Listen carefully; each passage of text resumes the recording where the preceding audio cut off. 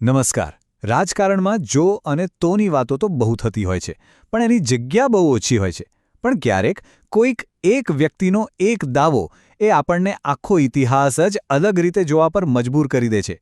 તો આજે આપણે આવા જ એક બહુ મોટા દાવાની ઊંડાણપૂર્વક વાત કરવાના છીએ. આ શબ્દો કોના છે ખબર છે? ગુજરાતના પૂર્વ મુખ્યમંત્રી શંકરસિંહ વાઘેલાના. અને આ કોઈ નાનું સૂનું નિવેદન નથી, આ બહુ જ મોટું નિવેદન છે. એ સીધું એવું કહી રહ્યા છે કે એમના એક નિર્ણયના કારણે જ ભારતના આજના વડાપ્રધાનનો રાજકીય સફર આટલો આગળ વધી શક્યો. તો સવાલ એ છે કે શું આ વાતમાં દમ છે? ચલો સાથે મળીને સમજવાની કોશિશ કરીએ. જુઓ, આ વાત ખાલી બે નેતાઓ વચ્ચેની નથી. ના, આ દાવો એક એવું સવાલ ઊભો કરે છે જે ઘણો મોટો છે કે શું ઇતિહાસ ખરેખર અમુક મુખ્ય લોકોના નિર્ણયો પર જ ટકેલો હોય છે? શું એવું બને કે કોઈ એક વ્યક્તિ પોતાનો રસ્તો બદલે અને આખા દેશની દિશા જ બદલાઈ જાય? તો પછી આ શંકરસિંહ વાઘેલા છે કોણ, જેમણે આટલો મોટો દાવો કર્યો છે?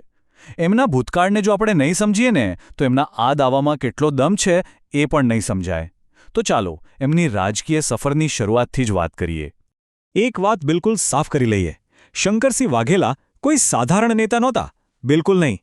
એ તો ગુજરાતમાં ભાજપના પાયાના પથ્થરોમાંથી એક હતા. એમની શરૂઆત થઈ આરએસએસથી, પછી જનસંઘમાં એક મોટું નામ બન્યા અને પછી તો ગુજરાતમાં ભાજપને સ્થાપિત કરવામાં અને મજબૂત બનાવવામાં એમનો બહુ મોટો હાથ હતો. એટલે જ વિચારો, જ્યારે એમના જેવો માણસ પાર્ટી છોડે તો એ કોઈ નાની સૂની ઘટના ન જ હોઈ શકે. અને એમના પ્રભાવનો અંદાજો લગાવવો હોય ને તો બસ એક જ વાત કાફી છે. ગુજરાતના રાજકારણમાં આજે પણ લોકો એમને એક જ નામથી ઓળખે છે, બાપુ. આ નામ જ બધું કહી દે છે. એમના કદ વિશે, એમના માટેના આદર વિશે. આ બાપુ શબ્દ જ એમની સિનિયોરિટી અને એમના દબદબાની નિશાની છે. તો હવે આપણે આખી કહાણીના સૌથી મહત્વના, સૌથી મોટા ટર્નિંગ પોઈન્ટ પર આવીએ છીએ. વર્ષ હતું 1995. આ એ જ વર્ષ હતું જ્યારે શંકરસિંહ વાઘેલાએ એક એવું પગલું ભર્યું જેણે ગુજરાતના રાજકારણનો નકશો જ કાયમ માટે બદલી નાખ્યો. જરા આ નંબર પર ધ્યાન આપજો. 47. ખાલી એક આંકડો લાગે છે નહીં? પણ આ એક આંકડાએ ગુજરાતમાં ત્યારે સત્તા પર રહેલી ભાજપ સરકારના પાયા હલાવી દીધા હતા.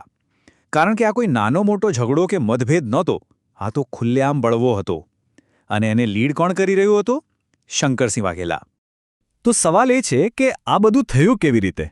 જુઓ, વાઘેલાએ પોતાના 47 સમર્થક ધારાસભ્યો સાથે મળીને ભાજપમાંથી છેડો ફાડ્યો. એમના ધારાસભ્યોને વહેલી ચૂંટણી નહોતી જોઈતી. અને આ દબાણની વચ્ચે વાઘેલા એક એવો દાવ રમ્યો જેની કોઈએ કલ્પના પણ નહોતી કરી.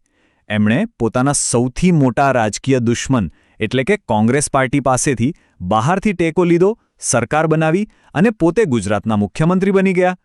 આ બધી રાજકીય ઉથલપાથલ તો ચાલી જ રહી હતી, પણ એની વચ્ચે વાઘેલા અને નરેન્દ્ર મોદીના સંબંધોની કહાણી પણ બહુ રસપ્રદ છે.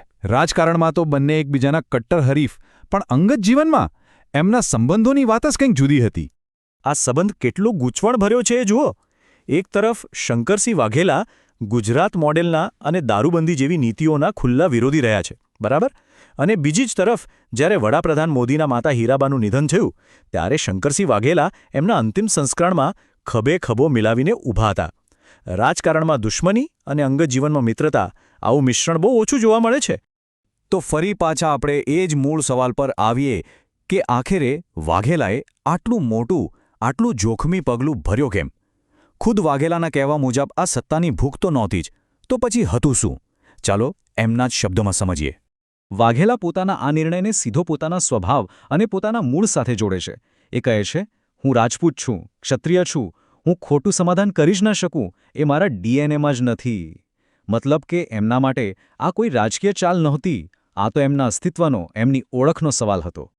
એટલે આખી વાતનો સાર શું છે? વાઘેલાના મતે એમનો આ બળવો સત્તા માટે નહોતો, એ હતો સ્વમાન માટે. એ ભારપૂર્વક કહે છે કે પોતાનું સ્વાભિમાન દાવ પર લગાવીને રાજનીતિ કરનારામાંથી નથી. અને જ્યારે તમે આ દૃષ્ટિકોણથી જુઓ તો એમણે જે પણ કર્યું એને સમજવાની એક આખી અલગ જ દિશા મળે છે.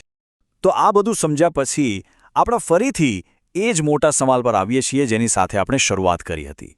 જરા વિચારો, જો શંકરસિંહ વાઘેલાએ એ વખતે પોતાના સ્વમાન માટે પાર્ટી ન છોડી હોત, જો એ ભાજપમાં જ રહ્યા હોત, તો આજે ગુજરાતનું અને કદાચ દેશનું રાજકીય ચિત્ર કેવું હોત?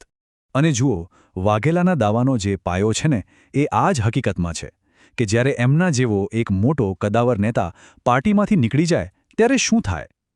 એક ખાલીપો સર્જાય, એક રાજકીય શૂન્યાવકાશ.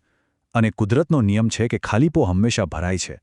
આ શૂન્યાવકાશે જ પાર્ટીની અંદર નવા નેતાઓ માટે, નવા પાવર સેન્ટર માટે જગ્યા બનાવી દીધી અને સત્તાના જે જૂના સમીકરણો હતા એ કાયમ માટે બદલાઈ ગયા. અને છેલ્લે આ આખી વાત આપણને એક બહુ મોટા સવાલ પાસે લાવીને મૂકી દે છે. શું નરેન્દ્ર મોદીનો રાજકીય ઉદય થવાનો જ હતો એ નક્કી જ હતું? કે પછી એ શંકરસિંહ વાઘેલા જેવા કોઈ એક વ્યક્તિના એક નિર્ણયનું, એમના એક સિદ્ધાંતનું અને એમના એક બળવાનનું પરિણામ હતું? ઇતિહાસ ખરેખર બને છે કેવી રીતે? કદાચ આનો જવાબ આ જ સવાલમાં ક્યાંક છુપાયેલો છે. આના પર વિચારવા જેવું ખરું.